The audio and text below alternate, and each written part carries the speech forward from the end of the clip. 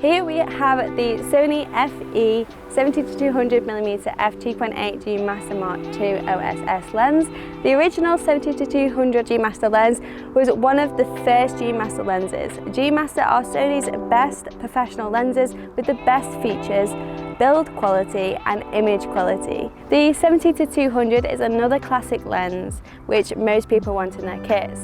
Like the 24-70, it's extremely versatile. This telephoto lens is a firm favourite with many professionals, including wedding photographers, sports and wildlife shooters. It's about the longest telephoto lens you'll find with such a big aperture, before you get into even more serious amounts of money anyway. This aperture makes it a partially beautiful portrait lens, as you'll see today. So what's changed and why has Sony brought out new versions? I have an exciting photo shoot in place to put them through their paces so I can cover the upgrades and give a real and honest opinion along with some comparisons between them. My name is Olivia and I'm the content creator for Wilkinson Cameras. Today I have Ella with me, who is a music and portrait photographer but also works at head office of Wilkinson Cameras. We also have Claudia with us, who is our model for the day. There's been some huge improvements to the new version, but the most noticeable is the weight. Today, this is the world's lightest large aperture telephoto zoom lens, and you can tell. I wish you could feel the difference between the original and the Mark II. They're very similar in dimensions, but the Mark II is almost 30% lighter than the original, and honestly, the difference is staggering. This one weighs just over 1 kilo, so it's not lightweight, but compared to the old one, it's just amazing. And like the redesigned 24-70 G Master lens, the balance is better too. If you've used the 70-200 G Master before, you'll know it was a bit front heavy, as you'll see here. You'll notice this especially on longer shooting days when you start to feel the weight on your hands and arms. This lens is a very versatile lens with no limits on creativity, especially with an f2.8 aperture and a 70-200mm focal length. Great for wildlife photographers to get that reach to their subjects, but also portrait photographers who want a super creamy bokeh effect on their images. I mean, you just can't complain after seeing these sample images, can you? So what I've noticed with the Mark II is that the weight is drastically different from the Mark I. It's a lot lighter, it's easy to hold, it's easy to shoot with, and I'm on the move quite a lot with my photography, so with that lens in my hand, it is a massive difference and I do prefer it. Also, it's not front heavy as well, which means it is a lot more balanced out and it's easy to manage. There's a massive difference in minimum focus distance. Mark I has a minimum focus distance of 0.96 meters and the Mark II has a minimum distance of 0.4 meters at 70mm and 0.82 meters at 200 millimeters. This can be great for extreme close-up shots and possibly even macro photography, although it's worth noting that it isn't a true macro lens, of course. Moving on to the body. Just like the Mark II 24-70 G Master lens, Sony have included 3 rings on the body, one for aperture, one for zoom and one for focus. One thing I really like about the zoom ring is that it's a short zoom distance. For someone with small hands, I can really appreciate this a lot. You'll also notice that there are a lot of switches on this lens. The aperture ring is a new addition. You can set it to A, control aperture from the camera as normal, or control it on the lens with a 3rd stop markings. Use the D-click switch for a smooth and silent change. Videographers will love this, or make it clicky for a more tactile option. This is great when you want positive feedback when changing aperture, so you don't have to take your eye away from your subject. There's also a new switch on here, the DMF switch, which means direct manual focus. DMF is a pretty useful feature. It allows you to autofocus, but then micro adjust and fine tune the focus manually as the focus is locked. You've also got a focus range limiter switch, OSS, or image stabilization on and off. The steady shot mode switch allows you to select what kind of image stabilization you need. Mode 1 is for normal handheld shooting.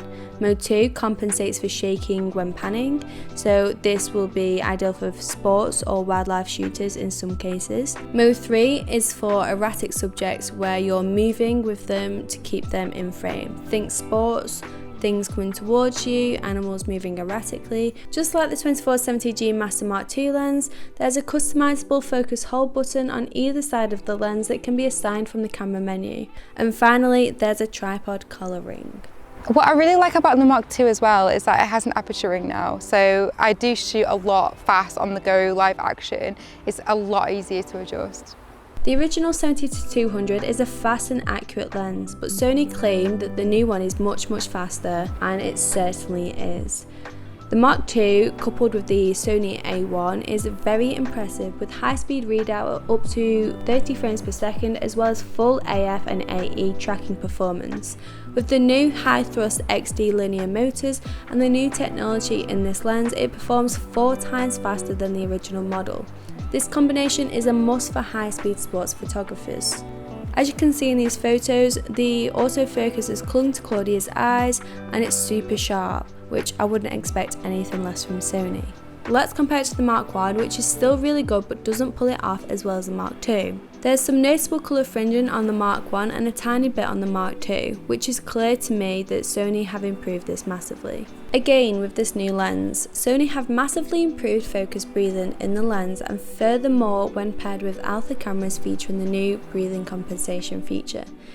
As you can see on the Mark I, the size of the image changes dramatically as I switch focus between the two objects. And I'm glad to say that this has now been massively improved in the Mark II. We've said it before, but Sony really are thinking of videographers and content creators here and putting features in place to make our lives easier. Thank you, Sony. So you've got a fast, sharp and accurate lens, but what we really want to see with this is the beautiful bokeh. The original produced lovely creamy backgrounds and the subjects really stood out. The bokeh produced by the Mark I is almost oval shaped, as you can see here.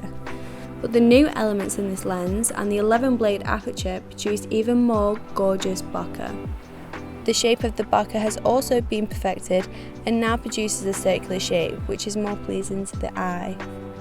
Close-up bokeh is lovely too, with a minimum focus distance of just 40 cm at 70mm.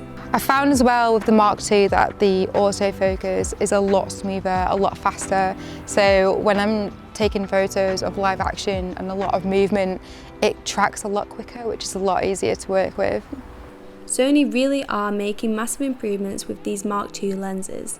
The image quality improvement on the 70-200 is noticeable. They're gorgeous, so sharp, fast to focus, it's well built, beautifully balanced and has all the features you want from a professional lens. It is more expensive than the original, but you really are getting a vast set of improvements. This lens currently retails for £2,599, which is £600 more than the Mark I. Personally, I would save up the extra and purchase the Mark II. You're investing in a lens that you can use for years and the improvements really are worth it. The weight saving alone is worth it for me. The autofocus is more precise and sharper than the Mark I. The weight difference is phenomenal. So overall, I do actually really love the Mark II. It's a lot lighter, which is obviously a massive plus compared to the Mark I. The aperture ring is a lot more manageable, especially on the move. And yeah, it's an overall really nice lens. It's well balanced front to back and it's been enhanced so videographers can use this lens as well as photographers.